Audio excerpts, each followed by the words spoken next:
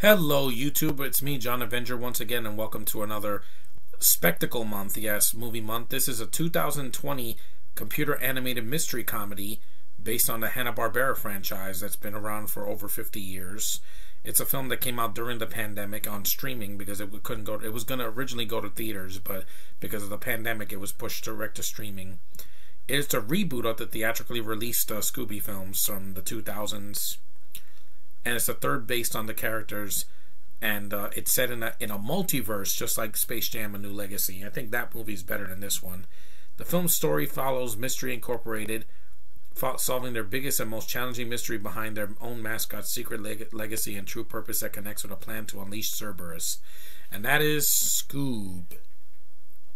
I didn't hate this movie. I know a lot of people are shocked. I'm like, didn't love it either. There are problems, but it's not as horrible as I thought it was going to be. Like, people said this is one of the worst of 2020. I'm like, I'm sorry. You got to see worse movies than I did. You know, because I saw movies on Netflix and Disney Plus last year and in 2020 that were way worse. And at least this movie's shorter. This movie's only 93 minutes. A $90 million budget only made 27, but because it did well on streaming, it's getting a sequel. And it's getting an animated short holiday film later this year. I'll say the positives first. The spectacle, the look of the film is really good. The animation, yeah, it's modernized, but it does look nice and bright and colorful. The CG doesn't look half bad. I mean, it's great for kids. You know, kids are going to watch this movie. Some of the voice cast is good. I like Zac Efron as Fred. I love, of course, hearing Frank Welker's voice as Scooby. Nobody can replace him. You know, so some of the archived voices that they got for not Shaggy, what was his name? Mudley, that was cool. There are some Easter eggs from the Hanna-Barbera cinematic universe, I get it. But one of the biggest problems in the movie, besides some of the writing, is some of the voice cast, some of the other voice cast members.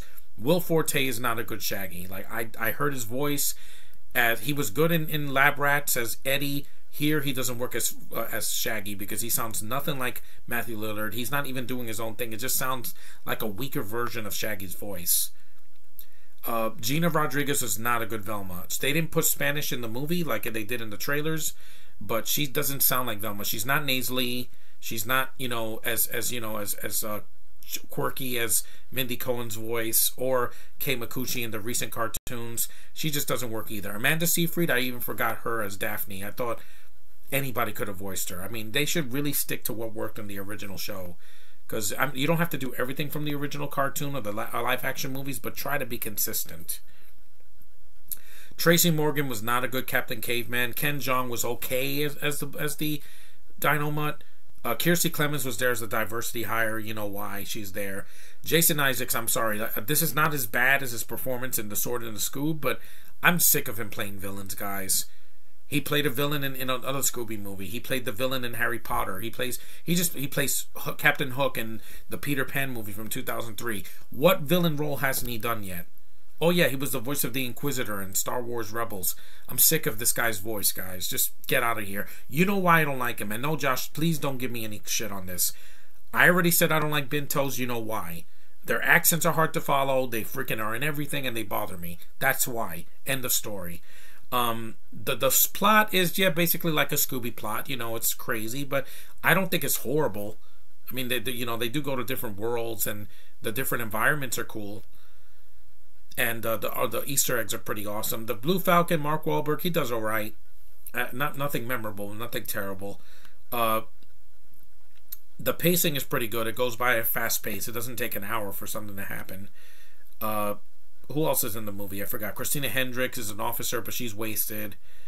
The cameos were kind of weird. Like, you didn't need Simon Cowell here. I don't care about him in American Idol. I don't care about him, his voice coming out of there. There were a couple of jokes that did make me laugh. I admit that. Yes, it's a more modern take on Scooby. They have modern references and dialogue, but it's 2020. What are you going to do, guys? Everything is modernized now. Everything is woke now. Everything has to be politically correct. Well, I say fuck politically correct because I am not politically correct. You don't have to make everything fit the time. I mean, some things work and some things don't. That's just how it is. The reception for the movie was, yeah, mixed. I didn't hate it though. I know a lot of people did. You know, some people on Double Toasted hated it. Filmmaster Adam hated it. A lot of critics did, but you know, it is what it is.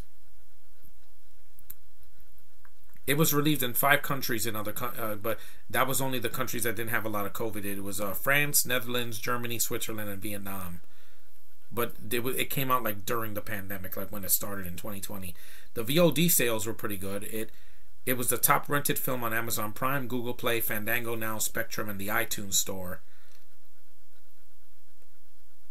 And it made over $100 million in its rentals. So, of course, it's going to get a sequel. So, people actually did enjoy it. It's a good film for kids. Some adults are going to find it boring or find it stupid. The part with the kids in the beginning, with the Scooby Gang, that worked. That's what's going to be in the movie that's coming out later this year. Once they're adults, they get split apart. And I'm like, don't do that in a Scooby movie ever again. Keep the gang together. Stop separating them and put them into subplots that don't go anywhere. Because that didn't work in the 2002 movie. It only worked in one film, and that was in the prequel movie, Curse of the Lake Monster, because Velma's the one that takes a time out in that movie. But it's not all of them. It's just one character. The other 4 characters are there, at least. So, there's that. The consensus is Scoob is fun enough for youthful viewers and some hardcore fans, but never quite solved the mystery of why audiences should watch old episodes instead. Well, because it's something modernized, and kids like to see modernizations of their classic cartoons from the 60s and the 70s and the 80s and the 90s. I mean, they did Transformers. This is not as bad as Transformers. That's taking a property that worked in the 80s and making a overlong, blown up freaking, you know, eye candy spectacle, but way too overbearing. By Michael Bay. At least this is not that. This at least is shorter. And, you know, there's some modern references that are going to piss people off, but I did laugh a couple of times. That's more laughs than I got in the last Scooby film I saw last year. That was just horrendous. The Sword and the Scoob pissed me off, because I'm like, you have the original cast, the voice actors from the cartoon, and he gave them nothing to do. Here, at least these new actors, some of them work and some of them don't. That's just that's my opinion. But, this film is a step in the right direction. It could do well. The sequel could be better. Just keep the gang together. Maybe change a voice actor or two.